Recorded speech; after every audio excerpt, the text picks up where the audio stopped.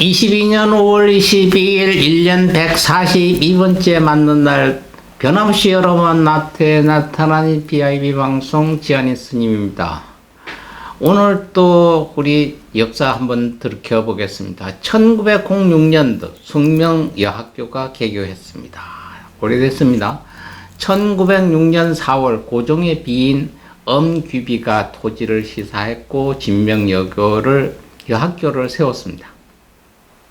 이후 4월 22일에는 숙명여학교의 발효식을 한일 부인회관에서 거행했고요. 5월 22일 엄귀비의 하사 자금과 영친왕의 토지 천정보를 기반으로 교장 이정숙과 학감 연탁 능해 등의 주도하에 숙명여학교를 설립했다고 합니다. 초기 교명은 명신여학교였습니다. 학교가 위치한 곳은 한성부 박동의 용궁동 자리고 교사는 480평 대지에 75칸의 한옥 건물이었다고 합니다. 학교 운영비는 황실에서 보조금으로 전액 지원했고요. 엄귀비 사망 이후에도 하사받은 황해도 등의 농지를 기본 재산으로 삼아 재단을 설립했습니다. 1910년도 일제강점기를 거쳐 오늘날의 숙명여자고등학교, 숙명여자대학교로 이어지고 있습니다. 1984년도 서울 지하철 2호선 을지로 순환선 전 구간이 완전히 개통이 된 날입니다. 1992년도 서울 지하철 2호선 신정지선 신도림역과 양천구청역이 개통이 됐습니다. 2006년도 이마트가 한국 할인점인 월마트 코리아를 인수를 했습니다. 미국에선 제일 큰 그 마트가 월마트입니다. 그리고 타켓이라는 마트도 있고요. 그래서 있는데 그 미국에 있는 월마트가 한국에 지점을 내서 한국 법인을 설립을 했습니다. 이것을 지금 이마트에서 월마트를 인수를 사들였습니다. 그래서 월마트는 크게 여기서 정착을 안 하고 손을 띄었습니다.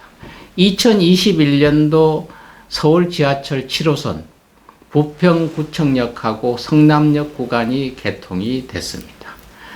42년간 대한민국의 국방력을 제약했던 한미 미사일 사거리 지침이 폐기가 됐습니다. 지금 북한에서 쏘는 미사일 있잖아요. 몇 킬로다, 얼마다. 우리나라도 그걸 할 수가 있었는데, 우리나라는 미사일을 어느 거리까지만 허용을 한다. 마음대로 못 만듭니다. 북한이 이만큼 하니까 우리도 이만큼 해야 된다고 하는 게 아니고, 그 통제를 누가 하느냐?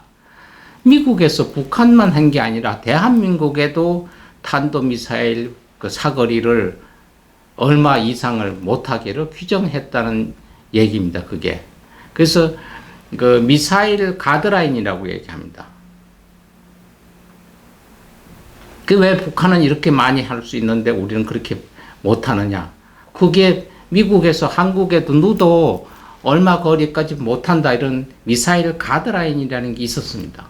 1979년서부터 1998년도까지는 사거리 180km. 180km면 뭐 얼마 됩니까? 얼마 안 되잖아요. 그리고 그 탄도 중량, 그 포탄의 무게가 500kg 이하. 그러니까 여기서 서울서 쏜다고는 부산까지도 가지 못하죠. 180km만. 그러니까 여기서 쏘면 평양 또 못 갑니다. 그 정도 이상을 쓰는 걸, 그 정도 이상을 저희들한테 못 만들게 만들었어요. 누가? 북한이, 중국이, 소련이 아닙니다. 미국이. 그리고 1999년도 2월 20년 11월까지 사거리 300km. 탄도 중량 500km 제한. 그 탄도 중량은 500km인데 사거리는 300km로 좀 만들었어. 그러면 여기서 쏘면은 부산이 400km가 넘죠. 거기도 못 갑니다.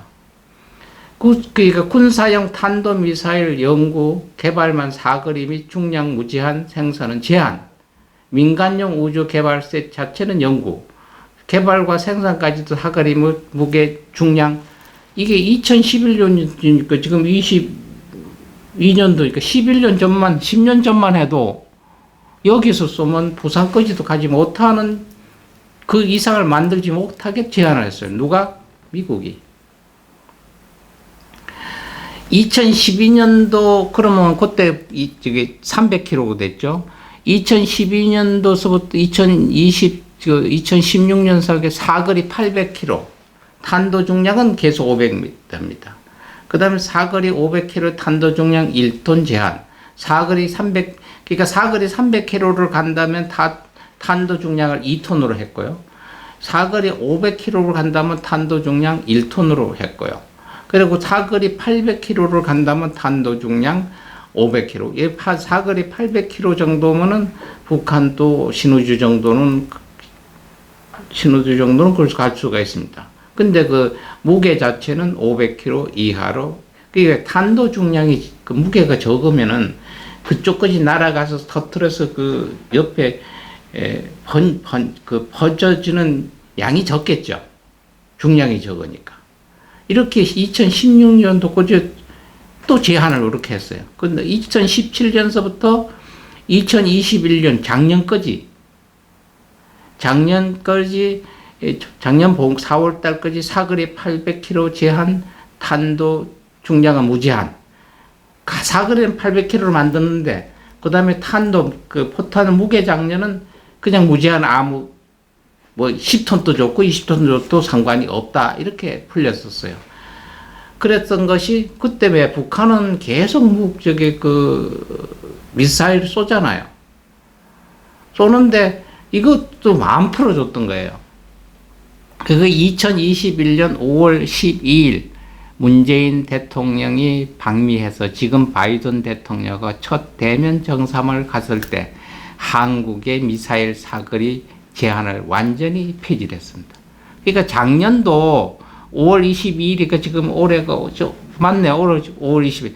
바로 1년 전부터는 우리가 미사일 거리를 뭐 1000km, 10,000km 해도 상관이 없습니다. 하고 탄도 중량도 완전히 없고, 그래서 우리 마음대로 거리를 조정하고 무게도 있을 수 이제 만듭니다. 그렇게 만들 수 있는 역량은 옛날부터 우리나라 기술이 가지고 있었었는데, 방위산업체가 이거를 북한은 땅땅 쏴가지고 무슨 미국 본토까지 가니 어쩌고 하는데 우리나라는 제한을 해서 못 만들게 그나 이유를 모르겠더라고요. 왜?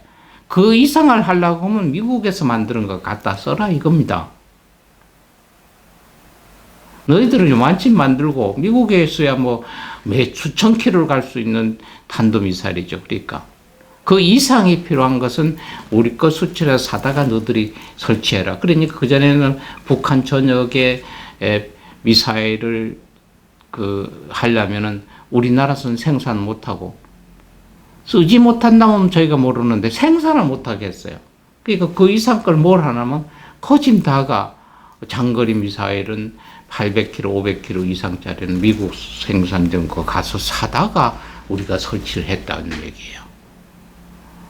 이게 서로 우방국가로서 북한을 이렇게 견제를 하는지 모르겠다. 북한은 점점점 있는데 우리는 그걸 생산을 못하게 만들었다. 그것도 어떻게 보면 참 힘의 논리, 똑같은 형제국인데도 힘의 논리에 어쩔 수 없이 조롱해가지고 이제는 미사일 거리는 제한 없이 쏠 수가 있습니다. 쏠 수가 있는 게 아니라 만들 수도 있다 이 얘기입니다. 이게 1년밖에 안 됐다는 거 여러분들은 모를 거예요. 이게 한번 다시 생각해 보시고, 그러면 오늘 우리나라 생일을 맞이하시는 분들 한번 보겠습니다.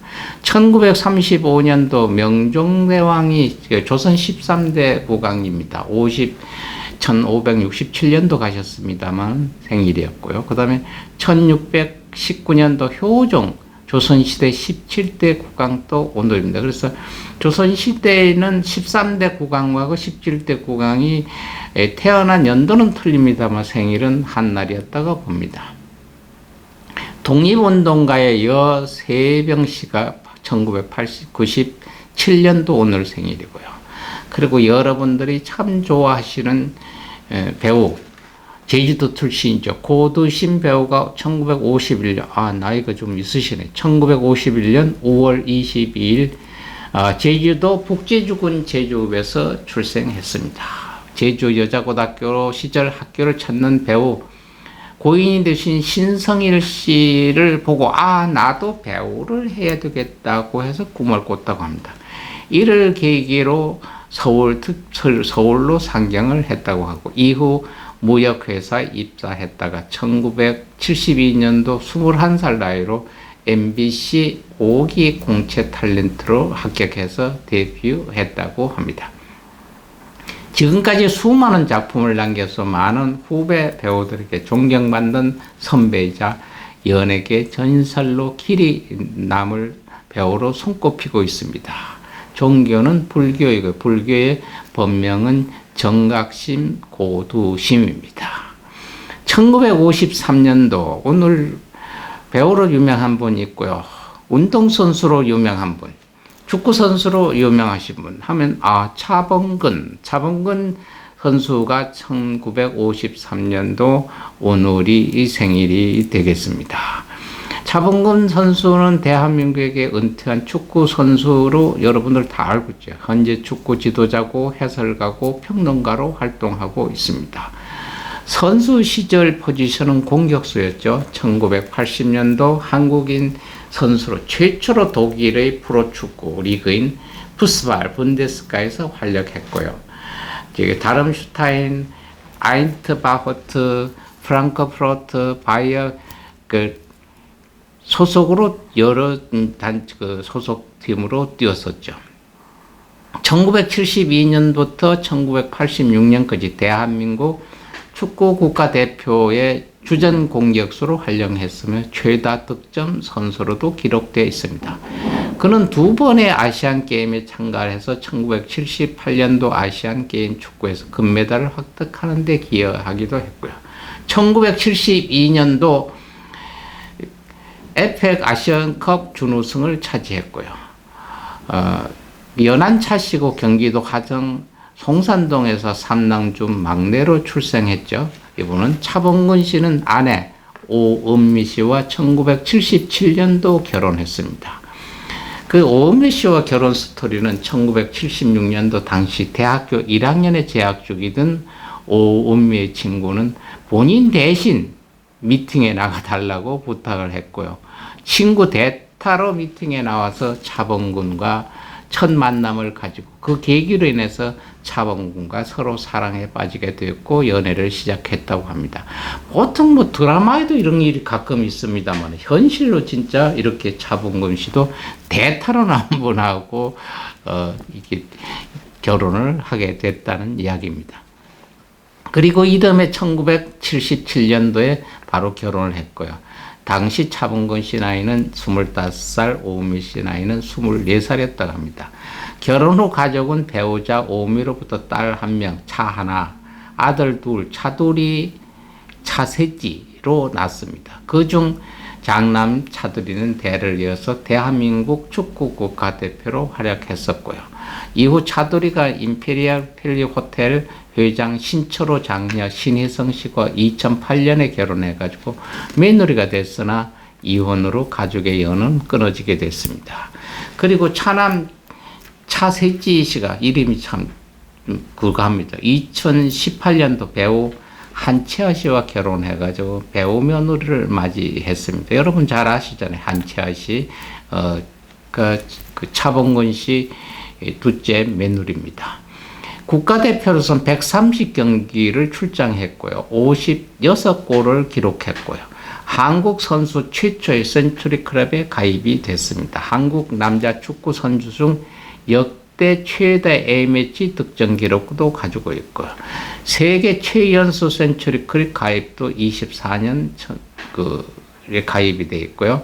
독일 분데스리가 일부 리그에서 11년간 총 308경기를 출장을 했고 당시 외국인 선수 중인 역대 2위였다고 합니다. 그때 당시 99골을 넣고 당시 외국인 선수 중에서는 최고 기록을 많이 냈다고 합니다. 참고로 분데스리가에서 98골 중 페널티 끈 득점은 한 골도 없었다고 합니다. 그래서 이제 DFB 포칼이나 UEFA 컵 기록에서 포함하면 372경기에 121골을 기록한 것이 차범근 선수입니다. 오늘이 그 차범근 선수의 생일이 되겠습니다. 코미디언으로 유명하신 분, 저희는 나이가 있으니 좀 잠잠합니다만은 1954년도 생일인 이홍열 씨도 오늘 생일입니다. 야구인 김성길 씨 56년생 오늘 생일이고요. 정치인 이종걸 씨가 57년도 오늘 생입니다. 정치인 이종걸 씨는 그 조부 이형 선생 이항복의 10대 손으로서 본인은 12대 손이 됩니다. 서울에서 우당 이형 손자이자 이형과 한산이 씨 이은숙 사이에 태어난 아들인 아버지 이기동과 어머니 변봉섭의 이남 일녀주 장남으로 태어났습니다. 전번 국회의장이자 국가정보원장 이종찬 씨죠. 이종찬 씨하고는 사촌 동생이 됩니다. 그리고 성재 이시영 씨한테는 종손자뻘이가 되었고요. 국회의원 선거만 5번 경기 안양 만안구에 나가서 전승을 했습니다. 현대 정치인 황교안과 고인이 되신 노희찬과는 고등학교 동창이라고 합니다. 그래서 노희찬 씨 결혼식 때 축가로서 민중가요 그날에 오면은 피아노로 쳐고 노래를 했다고 하는 것도 유명한 에피소드로 남아 있습니다. 1972년생 정경원 씨 야구 선수입니다. 73년생 성우 이계훈 씨도 오늘 생일이고 야구 선수 황이갑 씨 81년생입니다. 아이돌 출신의 수호 91년생이죠. 가수 용주입니다. 94년생입니다. 프로게이머 임재현 씨 95년이고요. 아이돌의 양혜양 2000년도 오늘 생입니다. 아이돌 임지민 씨 2001년도, 소설가 김종우 씨 2005년도, 아역배우 민예지도 오늘이 생일이 되겠습니다. 오신 분 있으면 가신 분 한번 보겠습니다. 유명하신 분 있습니다. 1756년. 그리고 오래되신 분이 뭐 유명하느냐. 옛날 조선시대 어사 이러면 박문수 이랍니다. 바로 그 박문수가 1756년도 가셨습니다. 1691년도 나셨죠. 박문수 씨는 1691년 10월 28일, 음력으로는 9월 8일 출생을 했습니다. 1756년 5월 22일, 음력 4월 24일로 66세로 돌아가셨는데 조선 후기의 문신이자 정치가입니다. 그는 조선국 호조판서정도 지냈습니다. 자는 성보였고 아호는 기원이고 시호는 충현입니다. 아버지 박한한연유과 큰아버지는 박태한이라고 합니다. 암행어사의 전형으로 우리가 암행어사 하면 박문수로 알려져 있습니다. 그와는 달리 실제 임금으로부터 암행어사 칭호를 받은 적은 한 번도 없답니다. 근데 왜 암행어사냐? 별건어사. 그러니까 공식적으로 이렇게 준 것이 아니라 그 임금이 별건이라 하면 누구도 모르게 박문수한테만 네가 암행어사라는 명칭을 줬답니다. 이것을 해가지고 4번씩이나 파견됐다고 합니다. 그가 그 과거를 보기 전에 그 칠장사라는 데 들려서 거기에서 어떤 꿈을 꾸고 또 거기에서 기도를 하고 가서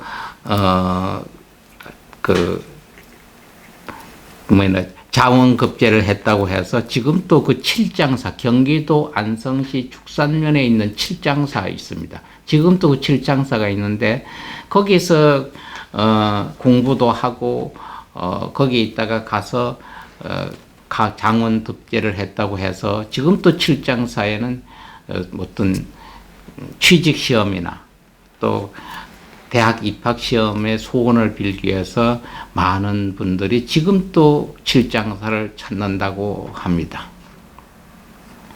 칠장사 옆에는 박문수가 걸었다고 하는 박문수 길이 있습니다. 요새는 길 이름이 따 있잖아요. 그래서 경기도 안산시 죽산면에 가면은 박문수 길이 있고 그리 가다 보면 칠장사가 있고 칠장사에선 박문수가 공부했다고 하는 예화가 있습니다. 1756년 5월 21일 4월 24일이 음력으로 향년 66세로 돌아가셨는데 이 돌아가신 뒤에 그 유명한 것이 박문수 묘는 돌아가신 데 묘가 충남 천안시 동랑구 북면 은지리산 1-1번지에 있습니다. 조선시대 그 기은 박문수의 묘소입니다. 이것이 있는데 여기 1984년도 5월 17일 충청남도 문화재로 제261호로 지정되어 있습니다. 이게 왜 그러냐면은 박문수는 자기 묘소를 보통 돌아가시면 죽으면 자손들이 어디 가서 묘소를 정하는데 박문수는 자기가 생전에 그 묘소를 정했습니다. 정했는데 평상시 암행어사 가고 이랬을 때 어려움 처지에 놓여 있던 유안거라는 분을 그 어려움을 해결을 해줬는데 언제 한번 그쪽 지역을 지나는데 그 박문수한테 나타나서 꿈이겠죠. 나서서 죽은 넋이 나타나서 흑석산에 명당 자리가 있다고 했습니다. 그래서 박문수 자신이 세상을 뜨면 흑석산의 묘를 써야 되겠다.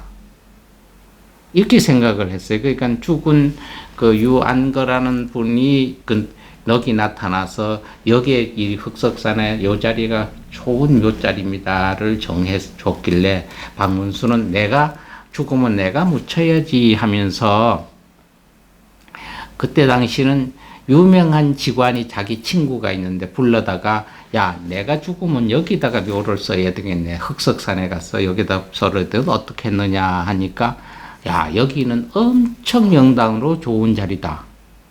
그럼 됐다 하니까 그 직관이 하는 얘기가 훗날에 이 자리를 나라에서 크게 쓰일 단이다.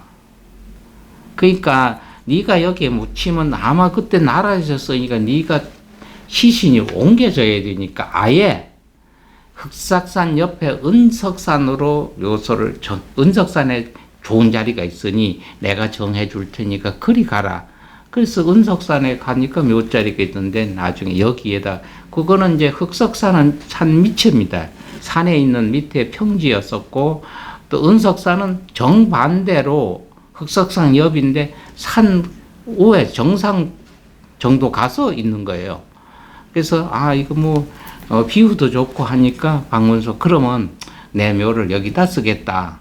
이렇게 하고 이제 박문수는 지금 그 묘소 자리가 지금 써 있는 묘소 자리가 그게 은석산입니다. 거기서 썼다고 합니다.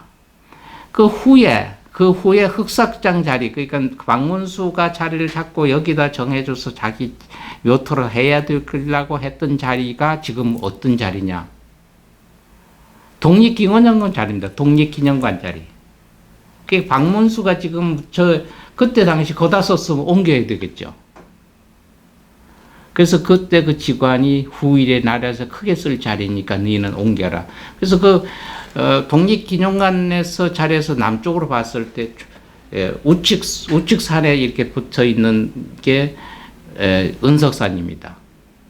그래서 은석산에 가면 은석산으로 똑바로 내려가면 여러분 그 1919년도 3.15 운동 때 만세 사건이 벌어졌던 병천 아온의 장터 있잖아요. 바로 병천 아온의 장터로 바로 내려갑니다. 박문수 씨 묘소가 끝이 그 병천 아온의 장터입니다. 이 거기서 옆으로 오른쪽, 팔처럼 오른쪽으로 쭉 내려가면 산 끝에 유관순 생가가 있고 조병우 씨 생가가 있습니다. 그리고 오른쪽으로는 바로 그 왼쪽으로 내려가면 유관순 생가, 조병우 씨 생가가 있고, 그 왼쪽으로 오른쪽 산으로 내려가면 독립기념관이 있습니다. 그리고 가운데 중심에 그 은석산의 높이, 그 두 개, 유관순 생가나 조병우 씨 생가는 평지고요. 그것도 또 누구예요? 독립기념관 또 평지고, 거기서 산 중터 이상이니까 양쪽을 다 내려다볼 수가 있죠. 아우레 장터서부터 독립기념관서부터 유관순 생가터까지 한눈에 다 내려다볼 수 있는 자리에 있는 게 지금 박문수 묘소입니다. 그래서 풍수를 연구하시는 분들은 무조건 최하 한번, 거기 안 가본 사람은 뭐 풍수 공부했다고를 안 할 겁니다. 어떤 분은 뭐 수십 번 가서 그런 것도 봤다고 그러는데, 저희가 여러분 지금 제가 얘기하는 거 보고 그 인터넷 같은 들어가서 지도 한번 검색을 구글 한번 해보십시오. 아주 잘 되어 있습니다. 그래서 박문수 묘소는 돌아가신 뒤에도 유명했고요. 또 자기가 묻히려고 했던 자리에 나는 여기 묻혀이다 고집 안 하고 언젠간 나라에서 쓸 수 있는 자리라고 하게 비켜서 옆에 또 갔다는 거. 이렇게 생각하면 이분은 살았을 때에도 목민관으로서 의사활동도 충분히 했고요. 돌아가신 뒤에도 죽은 뒤에도 국가에서 쓴다고 그러니까 그걸 국가에 내주고 자기가 다리를 비켰다는 것도 있고요. 장소도 좋고 자리도 좋습니다. 그래서 한번 여러분들 지도, 그 산 위에까지 못 올라가더라도 지도 한번 검색해 보시면 이렇구나 하는 거 알 수가 있을 겁니다. 1930년 장인환씨 독립운동가입니다. 평안남도 대동군 현 평양직할시 태생입니다. 어려서 고아가 되어 어렵게 자랐습니다. 숭실 학교를 졸업한 이후에 1500년도 하와이로 이민을 떠났고요.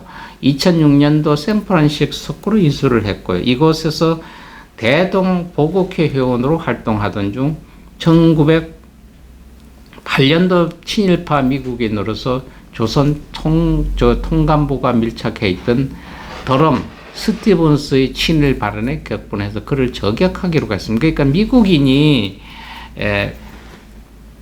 일본 사람들하고 밀착돼 우리나라 것처럼 친일파 정도죠. 그건 친미파죠. 그런 사람이 발언해서 저거를 내가 죽여야 되겠다고 생각을 했다는 겁니다. 1908년 3월 23일 샌프란시스코에서 워싱턴 DC로 떠나는 길에 스티븐스를 공격하던 중 같은 목적으로 대기하던 전명훈이가 먼저 스티븐과 격투를 벌였습니다. 그러니까 쉬운 얘기로 내가 그 스티븐스를 죽여야 되겠다고 해서 갔는데 스티븐스를 만났어요.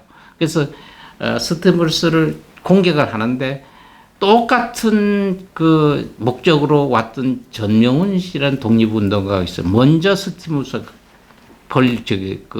격투가 벌어진 거예요. 그래서 스티븐스 전명훈 씨가 벌어진 걸 보고 권총을 발사를 했습니다. 한 발은 전명훈 씨 어깨에 잘못 맞았고요. 나머지 두 발은 스티븐스가 맞고 이틀 후에 사망을 했습니다. 그래서 총으로 쏴서 사람을 죽였으니까 친미파래도 우리는 미국엔 미국법을 따라야죠. 그 재판 결과 금고 25년 선고를 받았으나 10년 만인 10년 살았죠. 1919년 가출로 갔고요. 1927년 한국으로 귀국해서 결혼도 했습니다. 그런데 다시 샌프란시스코로 돌아갔습니다.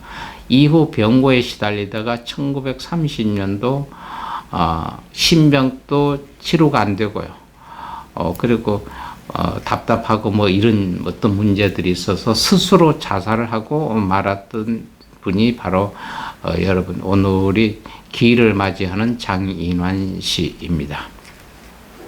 1994년도 또 장일순 씨가 있습니다. 장신도가 있고 오늘 기일 맞이하고 독립운동가가 이분은 시민운동가입니다. 1928년도 10월 16일 날 나셔서 1994 1994년 5월 20일까지 대한민국의 사회운동가이고 교육자이면서도 생명운동가이십니다. 농촌과 도시의 직거래 조직인 한살림을 만들었고요. 또 생명살리기 운동을 시작했고요. 1928년 10월 16일 강원도 원주시 평원동에서 부친 장복 흥씨와 모친 김복희 사이에서 6남매 중 차남으로 태어났다고 합니다. 60년대에는 청강, 70년대에는 무의당, 80년대에는 일속자로 경제의 호가 많이 바뀌었습니다. 어린 시절부터 할아버지 여운 잔경호 밑에서 한학을 익힌 한편 생명 공경의 자세를 배워서 이후에 생명 존엄성을 깨달아서 생명운동, 그러니까 먹거리 운동, 그러니까 농촌과 도시의 먹거리 직거래도 실시를 처음 시작했던 분이 이분입니다. 2006년도 오늘 돌아가신 분 이종옥 씨, 의료인, WHO 제6대 사무총장. WHO 요새는 많이 알지 않습니까? 코로나19 때문에 알 수 있는 세계 의료 보건기구입니다. 여기 사무총장도 하셨고요. 2009년도 영계시, 여러분 아시죠? 중견 여배우, 일찍 좀 타계했습니다. 1940년대 영계시가 돌아가셨습니다. 그리고 2012년도는 우리나라 비구니계의 원로인 대형 스님이 1927년 나서 2012년도 돌아가셨습니다. 2027년도 2월 3일 서울 이태원에서 태어났고, 대형은 1972년 경기도 안양의 한마음 선원을 전신인 대한불교회관을 건립해 선원장으로 활동했습니다. 2012년 5월 22일 오전 0시 경기도 안양 한마음 선원에서 입적을 했고요. 전국 비구니 회장으로 경기도 안양 한마음 선원 연화대에서 다비식이 포행이 됐습니다. 대형 스님이 거기서 만든 경전, 성경처럼 만들었습니다. 만들어서 그것이 굉장히 비구니들은 교과서처럼 생각을 하는데, 비구 스님들이나 또 불교의 학자들은 이게 외도됐다, 잘못됐다, 이래서는 안 된다고 하는 논쟁도 굉장히 있습니다만은 아주 간편하게 성경 비슷하게 만드는 게 한마음 손에서 경전이 있습니다. 그게 좋다 나쁘다 하는 건 호색가에서 있습니다만은 그게 포교하는 홍보에는 관계가 있을는지는 몰라도 불교의 원 부처님 말씀 경전하고는 조금 동떨어져 있고 본인의 개인적인 이야기가 많이 수록이 되어 있지 않나, 이렇게 사람들이나 불교 연구가들은 이야기하기도 합니다. 어쨌든 함적의 비구니계에서는 굉장히 유명했던 스님입니다. 2015년도 오세흥시 성우가 오늘 기일이 되겠습니다. 불교에 한마디 하겠습니다. 육자대명완질은이라고 있죠. 여러분 다 합니다.